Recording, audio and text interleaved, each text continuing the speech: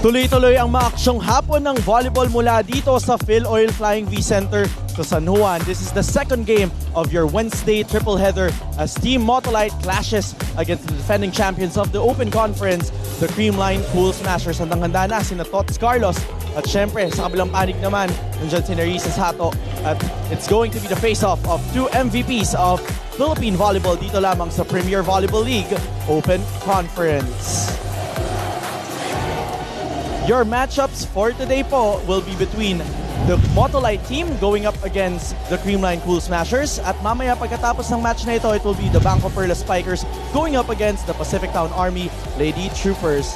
Live na live po tayo ngayon via Liga HD, via sports.abs-cbn.com/livestream/PVL. And we are also via premiervolleyballleague.com, via iWant, and abroad via tfc.tv. Magandang hapon po sa inyong lahat. Ako po ang inyong lingkod, Sinjin Reyes, na makakasama niyo po ngayong hapon sa panonood ng matchup na ito. At syempre po, kasama natin as our panel at large, Nina Alvia, and we also have my partner for today, Noreen Go. At handang-handa na kami ditong lahat, kaya simulan na natin to. Tayo game na sa PVL 2019.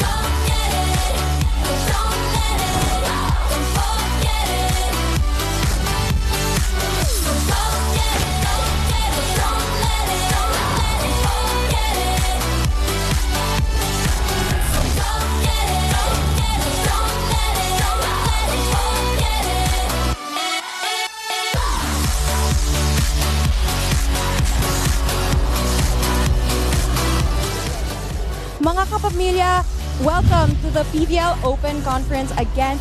And it's the first midweek match day of the season. And in a while, we will witness the Creamline Pool Smashers go up against the athletes of Motolite.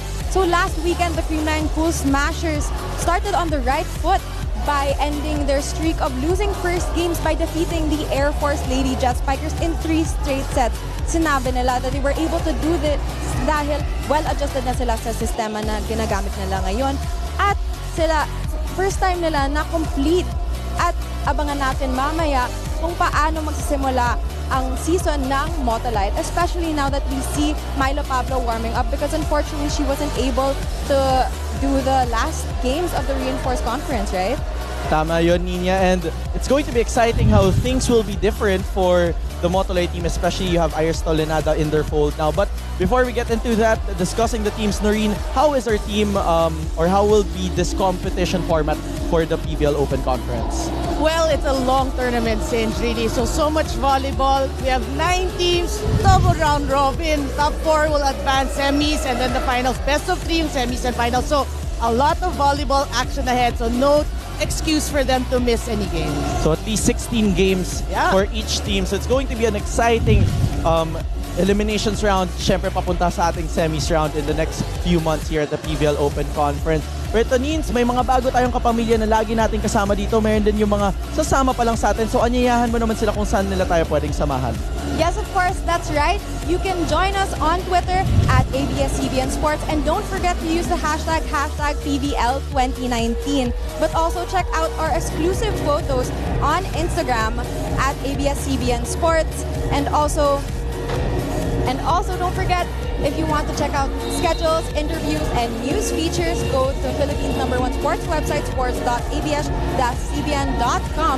At mga kapamilya, maraming salamat dahil 980,073 likes na tayo on Facebook. So don't forget to like, follow, and share our Facebook page at Premier Volleyball League. Maraming salamat, Nina, and I'm so glad to be finally working with you. It's going to be an exciting game day and we know you have a lot of stories to bring for us later in the coverage. But sa aming pagbabalik, kami naman ni Noreen ang maghihimay ng PVL Open Conference dito lamang sa Liga.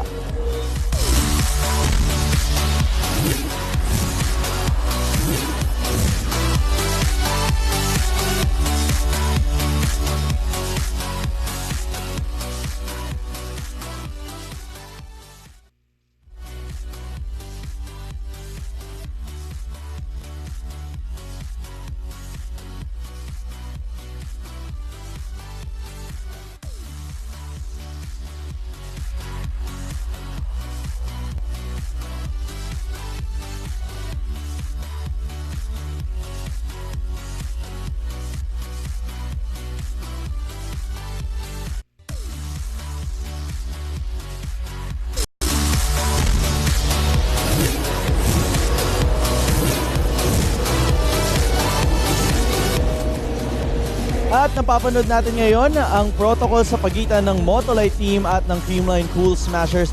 Isang hudyat lamang yan na malapit na magsimula ang PVL Open Conference game natin ngayong hapon between these two squads. Magandang hapon po ulit sa inyong lahat. Si Engineer Reyes, kasama pa din po si Noreen Go. And Noreen, let's talk about the Creamline Cool Smashers. In their last match, they almost lost the first set against Air Force, but then Creamline just showed dominance in that 3-set win.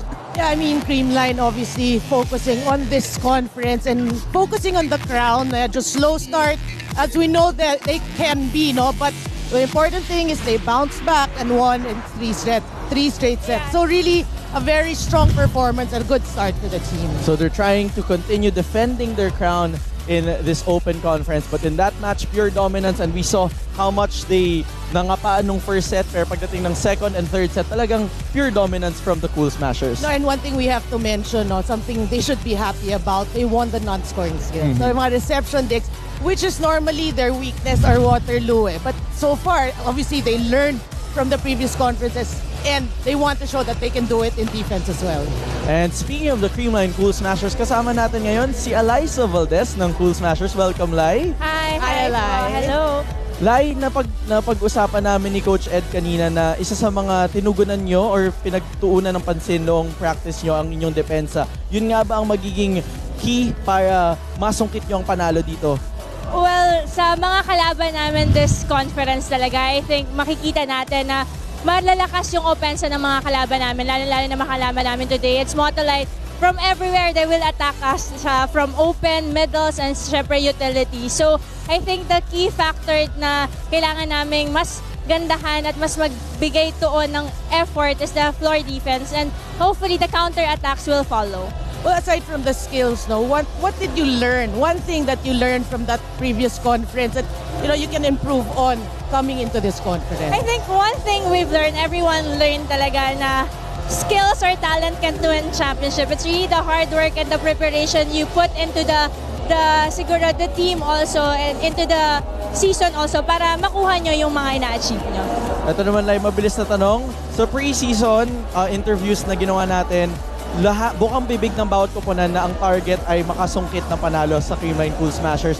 Does that give you an additional motivation to perform your best for your squad? Well, I think it's, syempre we look forward or we look for inspiration every season, every conference kung paano kami may inspire to go to practices. So ito yung mga isa sa mga motivation namin para gumising ng maaga talaga and to prepare for all the games na nahaharapin namin this open conference. Maraming salamat, Lai, at handang-handa kami sa inyong palaban na Oh attitude. my God, thank you. Excited. Mukhang excited Good luck. ang Cool Smashers. Thank you, Good luck. But speaking of the Cool Smashers naman, last game nila, another queen stood out, and we're talking about the Queen of Beauty and Might, none other than Michelle Gumabao. Yeah, Michelle Gumabao, she's there for a reason, really. She's very stable, the experience that she can bring to the team, and she showed that in that game with 14 points. 14 points on attacks. Normally, blocking yan and service. But attacks, so obviously, she's improved also a lot in that aspect. So, I'm excited for the conference for Michelle Gumabao. And we're seeing a more offensive and a really well-balanced Creamline Cool Smashers now. So it's quite exciting who would step up in this game today. And speaking of the Cool Smashers, they're quite ready to perform. Tulad nga sabi ni Eliza kanina, excited sa match na ito. And enough about the Cool Smashers naman, Noreen, because when we return, let's talk about the Motolite team only here at the PVL 2019.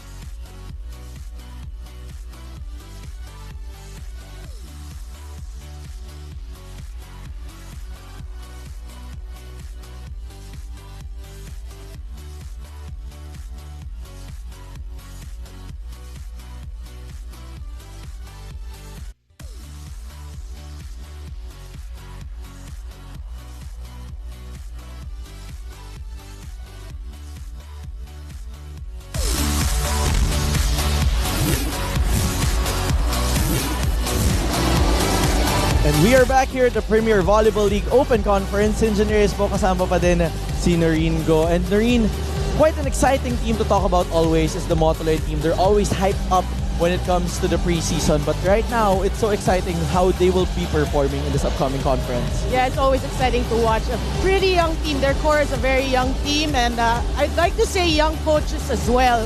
So, it's exciting to see their progress throughout the conference. And speaking of young coaches, we have the very young and charming Coach Godi Okumo. Coach, welcome to the panel. Thank you so much for inviting me. Thank you. Coach, I would start it off officially in the paper. You've switched roles with Coach Erpada. It's quite interesting, but I know that you guys have this partnership going on. Yes. Does the dynamic change with this positional change between you and Coach Air? Thank you for asking that question. There's nothing strange. There's nothing new. We've had this thing at the back of our minds always when we've been working together, since we started working together. And it's just the best way to create a balance in the team as well. And we are all coaches, we are all head coaches, we are all working as a team. So as we said it the first time, and this is who we are, and this is what Motolite is all about. Yes. Yeah, Coach, we know that you're a pretty young team. I was going to ask you the same thing, but since you asked already. Anyway, you're a pretty young team, and we know that Myla Pablo is your veteran, so to speak. Yes, no? yes. How has she progressed health-wise, and coming to this conference, how do you think she'll perform together with the team to help with the maturity? Myla is great. Everybody loves her. And I'm happy to be able to have an opportunity to coach her because she's an understanding player. She was down with her back injury, but now she's ready to go. Yeah, so you will see a lot of her, and we know what to expect from her. Yeah, and I believe she'll help the team. And that makes Motolite more exciting in this upcoming conference. Yeah, that's true. And speaking of excitement, how does Iris Tolenada quickly change your complexion as a team? Iris brings in a lot of experience in the team. As you mentioned the first time, the team is full of young players. And both Myla and Iris bring in the experience that the team needs. And I hope with time she'll be able to blend in with the team and give us the best that she can give. But she's as well a very good player, interested, because she's been a champion, remember, so Right. yeah, we expect a lot from her. Thank you. With that, we would thank you, Coach Godi, and we're greeting you a belated happy birthday because you just Thank you. recently Happy celebrated birthday, your Coach. birthday. Thank you so much. Thank you. And thank you so much, Coach Godi, for joining us here today. And Thank you for having me. Thank you. And speaking of the Motolite team, Noreen, let's quickly talk about this roster. Quite powerful, star-studded with young, gifted players. Talking about this team na puno ng pangmatagalan energy. Yeah, well, we heard it straight from Coach Godi, na Myla Pablo and Iris Tolenada, what they can bring to the team. So, aside from the young ones, Diana May Carlos, Estonero, Molde, and all these players, with the entry of Tolenada and the experience of Pablo, they're hoping to perform better this conference. And that's what we're expecting from this Motolite squad. Quite young, but very promising for everyone here at the PVL Open Conference. And speaking of the Open Conference, maaari nyo po kaming samahan dito mga kapamilya via Twitter by using our Twitter handle at ABS-CBN Sports and use the hashtag PVL2019. Nasa Instagram din po kami mga kapamilya. That's at ABS-CBN Sports on Instagram for our special features, art cards, and whatnot. And of course, kung may Instagram, may Twitter, may Facebook din po kami. Almost 1 million likes na po yan. Kaya like away na po tayo dyan. That's at Premier Volleyball League on Facebook. And you could also check us out through the #1 sports website of the Philippines, sports.abs-cbn.com. We have DJ Jimmy spinning for us on the sidelines, bringing his DJ mode on. At yan na po, sa aming pagbabalik, sisimulan na namin ang aksyon dito lamang sa PVL 2019.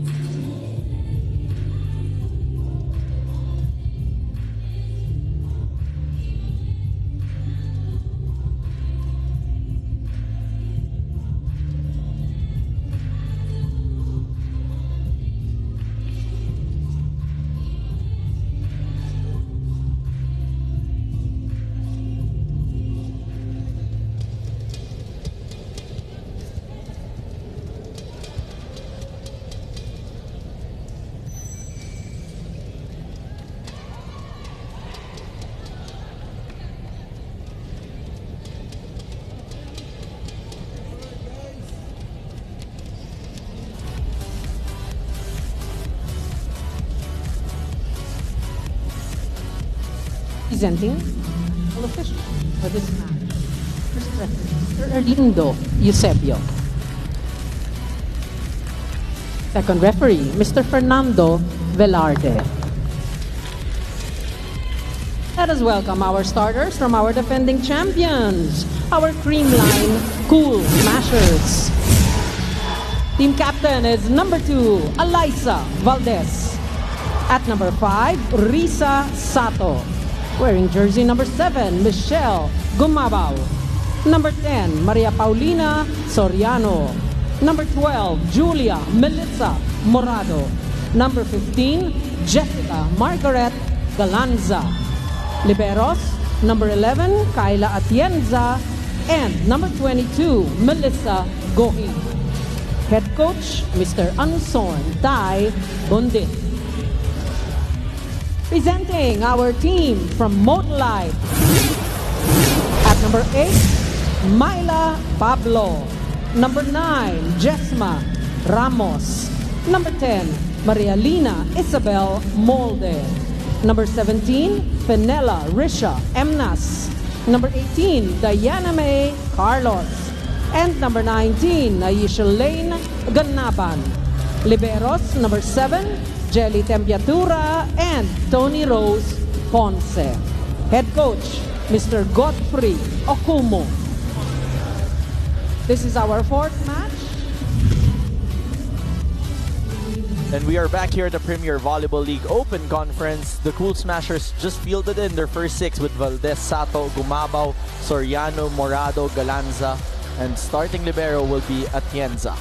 On the other side of the court for Team Motolite, they have fielded in Carlos, Ramos, Pablo, Molde, Ganaban, Emnas, and Ponce. So a good sign for all Myla Pablo fans. He's in the court right now for Motolite. Pero syempre yung inaabangan natin, pinag-usapan natin kanina si Ais Tolenada, not yet in Myla Pablo, for designated Team game Motolite. captain Well, of for course, Team you know Motolite. that the coaches, they have game plans. Those who practice longer will normally start. So I'm sure Aristan Tolenada, eventually, for Team you will see her. Motolite, Fen Emnas. Right now, the setter of Motolite serves. And Emnas getting an ace right Scores away an ace. for the Cool Smashers. Yeah, easy does it. Almost just a short serve, it drop, and she gets a point. Easy. Service. Emnas still serving. Straight to Galanza. Morado goes up to Valdez. Picked up by Emnas. Pablo on the other side Pablo answers. scores the And second Pablo point. scoring the first point for Team Motolite. So we have to give credit to Emnas for a great dig there that started it all. And Pablo, well, everyone, you said it earlier, all the fans of Myla Pablo hoping that's a good Serving start number for this 17, conference for their Emnas. leader. First attack point coming from Team Motolite. Emnas. Ball is out. Creamline The scores serve 1. goes straight to the antenna. Point goes back to the Cool Smashers. Now Morado, setter of Julia Morado, the Cool serving Smashers, for will be serving. Yeah, if you can see the lineup of Creamline Cool Smashers, with the pretty much, the familiar names that we're used to hearing and watching. So very solid Outside shot, starting 6 Pablo. for Creamline. We're tied at Pablo 2. was quite under the ball in that last play. Point is still with the Cool Smashers. Service. Morado. Morado ulit ang magsiserve. Gia serves it straight. Emnas scrambling there with an underhand set. On the other side, Gia chooses Gumabaw, who has been through the block. explosive in their last match. 3, Getting another point serving here 2. for the Cool Smashers. Yep, and taking something from that previous game, we mentioned 14 points for Michelle Gumabaw, being more offensive-minded. Serving We're number not saying 12, that she Morado. no, Yeah. she wasn't, but Hindi lang tayo sanay. yeah, mas na defensive. We knew her as a blocker. a great blocker. Now Emnas on the other side goes to Myla again, tipping it over. Someone was there, Galanza. Nakabantay, blocked there. Ramos denying.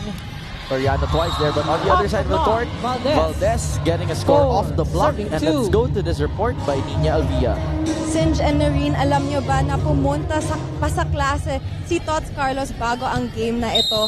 Kahit Service. ang Morado. BBL ay isang pro league, she still fulfills the duties and responsibilities of a student athlete and more because she's also a part of the national team.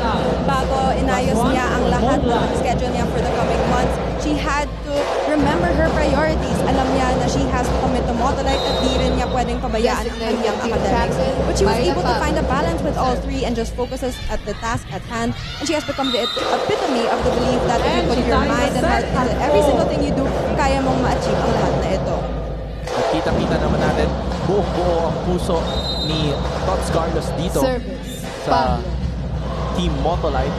At while we had that report, palitan ng puntos ang dalawang koponan dito as Tots getting one over Michelle Gumabaw in the last play. Yeah, you know that report of Nina is really the story of these athletes. Ever since they were in college, some of them, well, most of them, a lot of them, have already graduated, focusing on work and sports. The students have to really go to school. You know, that's really how amazing the journey of these athletes are. They really have to balance. Balancing their commitments, not just to their clubs, but of course to the country as well. Molde trying to get that one through, but it doesn't cross. Point goes back to the side of the Cool Smashers. We are now tied at 5 points. Both teams Team captain, Alyssa Valdez, getting 5 points each. Alyssa now serving the two-time Open Conference first best outside spiker as Emnas on the other side goes to Molde. Emnas goes to Pablo, back row, tipping it over on the other side is Gia choosing Galanza off the hands of Pablo. Off the hand of Pablo. And the point goes to the side of the Cool Smashers. Tingnan natin ulit yun. Yeah, you know, early on we can see already what Gia is doing. Redistributing the ball so well, it'll keep their opponents guessing. Now Motolite has got to focus on their defense and try to figure out who they're going to block.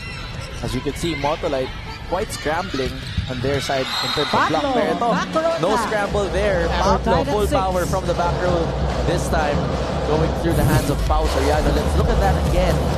Hinangat ni Emnas, Pablo full extension. Pagtupi, sigurado ang punto. Yeah. Ang maganda yung her timing, her contact with the ball. Kita natin sa slow-mo, talagang she got it in between, the ball in between her and the net, which is the ideal way of hitting. Low fast set there to Gemma Galanza. Motolite having trouble returning that ball. Point mapupunta sa Cool Smashers. Sayang, no? Miscue there for Motolite because Emnas and Carlos are both there. Well, you want that urgency, the sense of urgency from your players, but you don't want them to be over-eager as well. Yeah, and you want them to listen. Carlos trying to get one through sa kabilang panic. Sasagot naman, Gumabaw off the hands of Molde. Off the block. Veteran moves for the veteran Michelle Gumabaw, and that gives a 2-point advantage to the Cool Smashers. Magbabalik po kami dito sa PBL.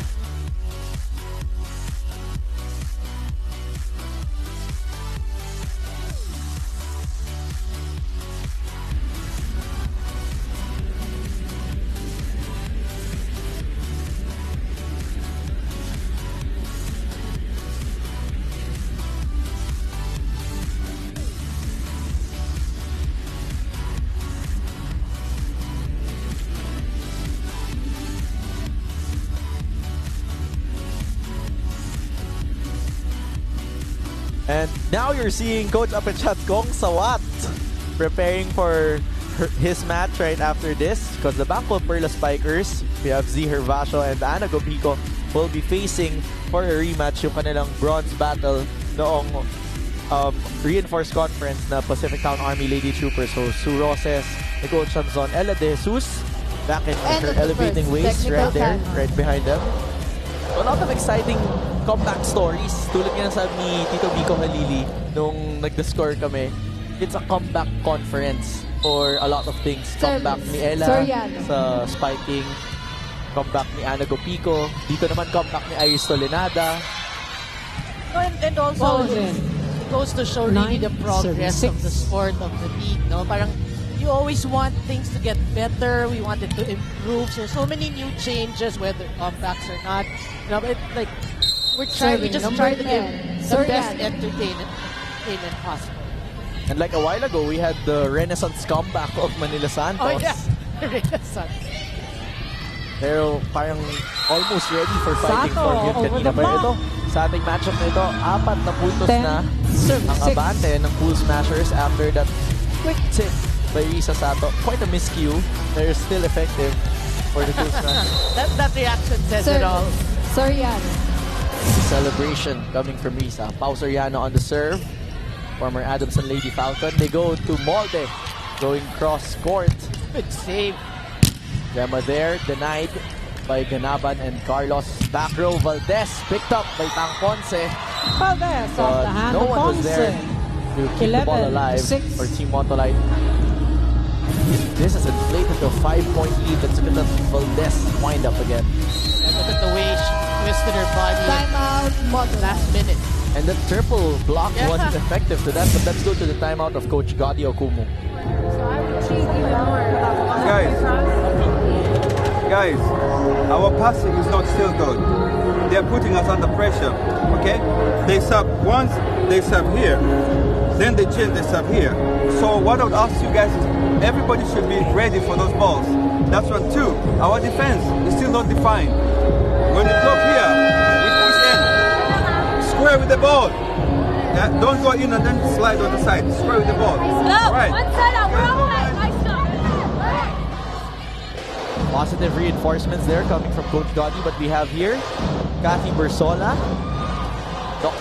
future doctor rather. But yan naman ang binabalansa niyan, med school. Still serving. Number 10. Paglalaro. Saka, you Soriano. know, they're back in school. They started ata last Monday lang. So, talagang hats off. When I see her, Back row, and she's still playing, hats Pablo. off. May kwento pa nga 7, sa akin serving na 11. after training daw, balik sa ospital dahil may surgery practicum. So, Grabe, no? the balancing of our players here is just impeccable. But right now, Toss speaking Carlos, of balancing serving for things here, Motolite. Motolite having trouble balancing the scoring prowess of Creamline as Carlos goes for her jump serve. On the other side, they go to Galanza through the blockers. Calanza off the block. And this 12, goes back to a serving 5-point advantage for the Pool Smashers. You know what they're doing right now, no? That's right. It's just the basic volleyball. No, si Morado is just setting, distributing, Michelle everyone's getting an Gumabao, serving opportunity. for the Bulls You see, they're not Smashers. parang over. They're really just being calm about it. Nothing complex yet. Yeah. Very +1 simple, for but it's Motolite. effective. So, patuloy lang nilang ginagawa. Baba sa 4 ang abante dito ng Pool Smashers. Motolite trying to Serving. make Number a run 10. here. Isa. Catch Molde. up. Molde on the serve. The 2018 Collegiate Conference first best outside hitter. They go up to Valdez. Picked up there by Carlos. On the other side, Pablo will answer back. Oh, good dig. Kienza, excellent. There, Galanza now will answer. Fed chooses Carlos again, rolling it to the other side. Morado, pupuntahan si Galanza, denied. Long rally we're having here. Galanza on the second try. Over the blockers. Calanza. No check. Ball is out. Yeah, but that's a Nine, really smart serving set, 12. no? Because the way Morado, look at how she set this. Like, it was so quick, but Galanza wasn't able to get their proper position. Di pa siya naka-atras ng tao. Serving. Saka iisipin mo dun sa position, pwede niya bang isubo sa gitna. Yeah. 3-point advantage for the Cool Smashers. Molde doesn't get that 3 point serve for the through. Cool Smashers. 3-point para sa 13, serving 9. Well, that's one thing you don't want to see. You know, these errors by Motolite. Because if you're playing Serving. the Number defending 15, champion Gemma Galanza. conferences ago, you cannot just play your game or play their game. You have to step it up a bit. Not a bit. You have to really step Step it a up. lot. Yeah. There'd be a violation call there 2 against touches, called on Ben Emnas. Emnas. Double 14, contact. serving Let's look at 9. that again. And Kumish, you would know this best.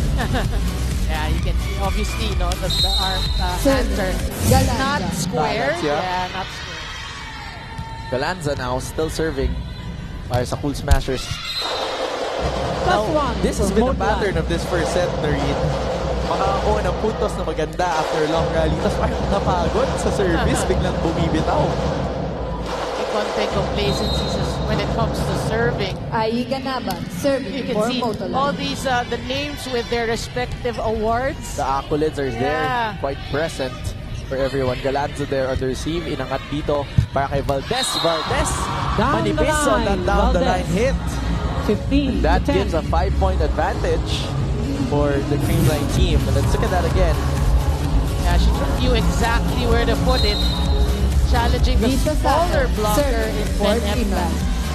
Of course, the fans go wild every time Eliza hits that ball. Pablo sasagot sa kabila. Kumabaw. Bantay sayado. Kabilang panig. Valdez. Nahulugan si Myla Pablo. Second And that gives a 6-point advantage to the Cool Smashers. It brings us to our second technical timeout. Magbabalik po kami. Don't go away.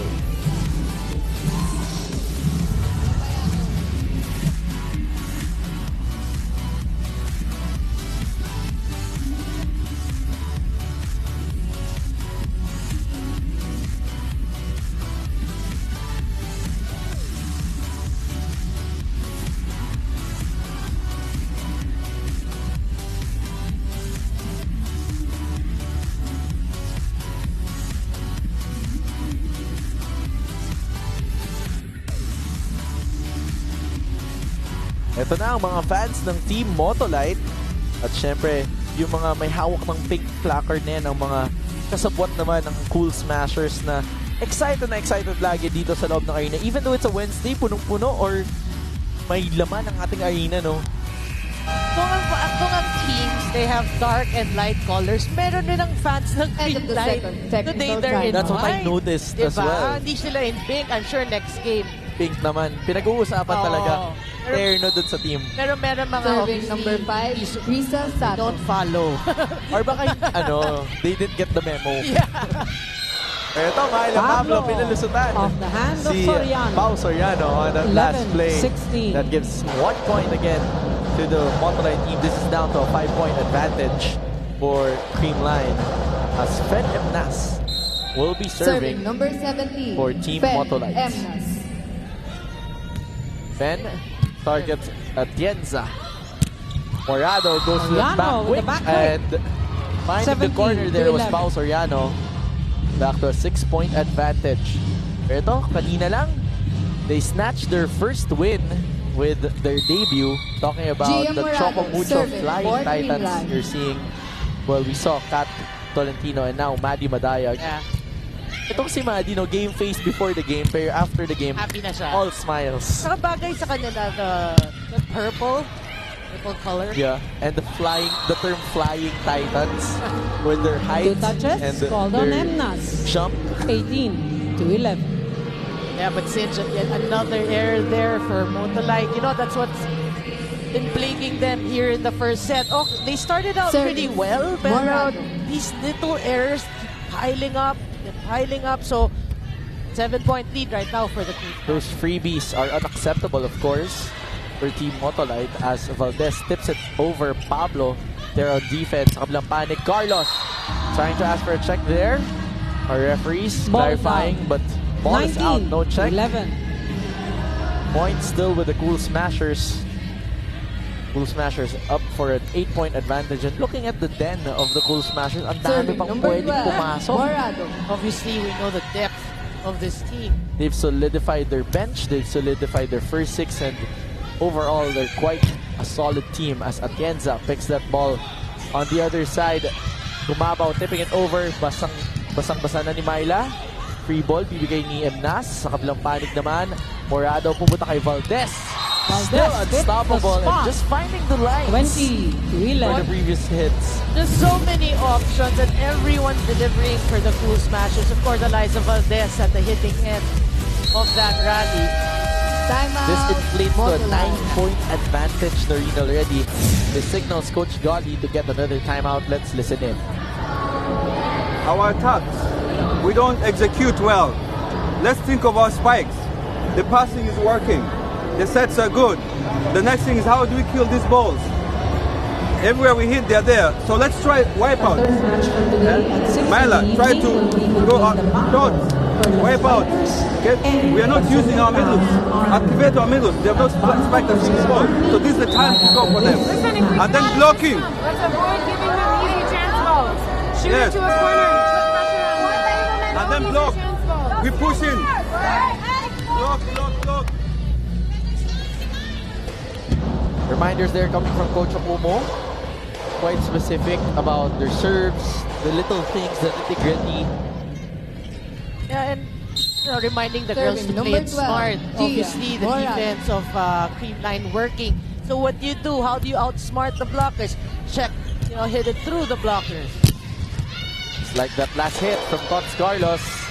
Great save there from Valdez, but Creamline not able to save it, but to put it's a that ball no through.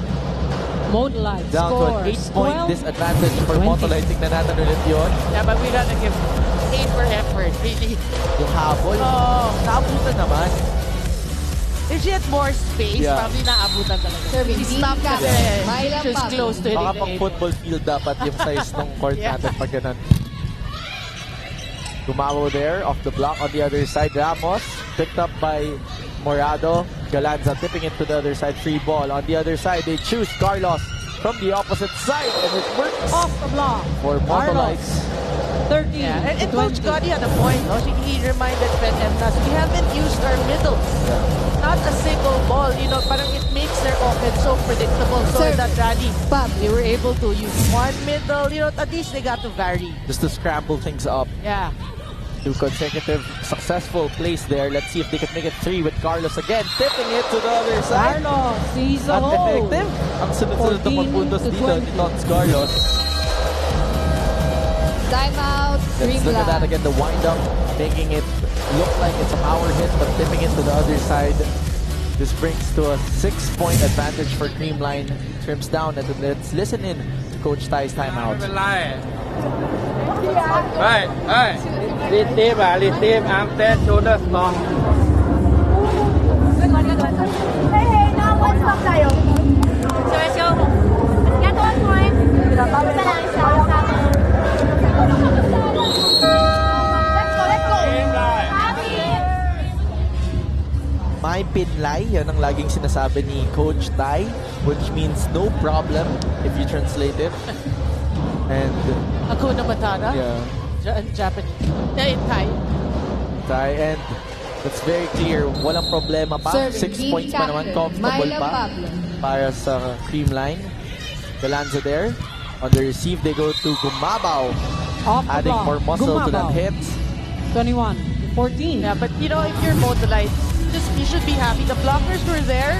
The challenge, you start from there. You cannot give them open look, challenge them, and eventually you try to get your timing.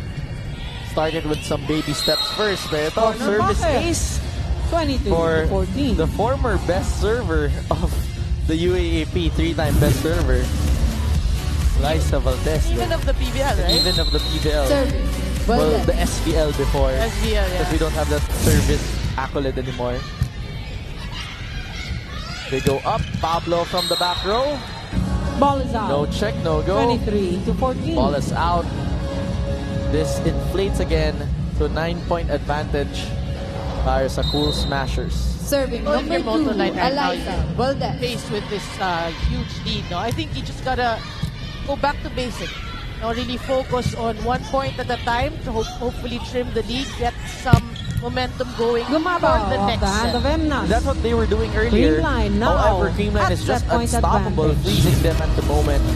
As we see this Gumabaw hit from the opposite side, full extension. Nas unable to handle that. Yeah. Liza again on the serve. Ben goes up to Carlos, off the hands of the blockers. Morado. Inangat ngayon ni Atienza papunta kay Gumabaw, off the hands of the blockers. Sa kabilang panig hahabulin. Inangat para kay Molde. Denied there by Soriano and Gumabaw. Molde on the second try. It doesn't cross. The net. That Creamline gives takes set the number first 1 set. to the Creamline Cool Smashers. Yeah, pretty comfortable first set for the Cool Smashers. If you're Motolite, focus on the second set. Try to make a match out of it. And that's what we want to see. And all the other Motolite fans want to see, that extended volleyball action that Motolite always promises.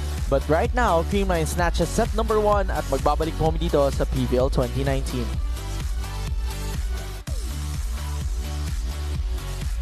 Hello to our Kapamilya sports fans worldwide. This is Bea De Leon. Thank you for watching the set 1 of today's PBL game. Para mapanood daw live ang mga susunod na exciting PBL sets, Just click the I button, then go to iWant.ph or sports.abs-cbn.com.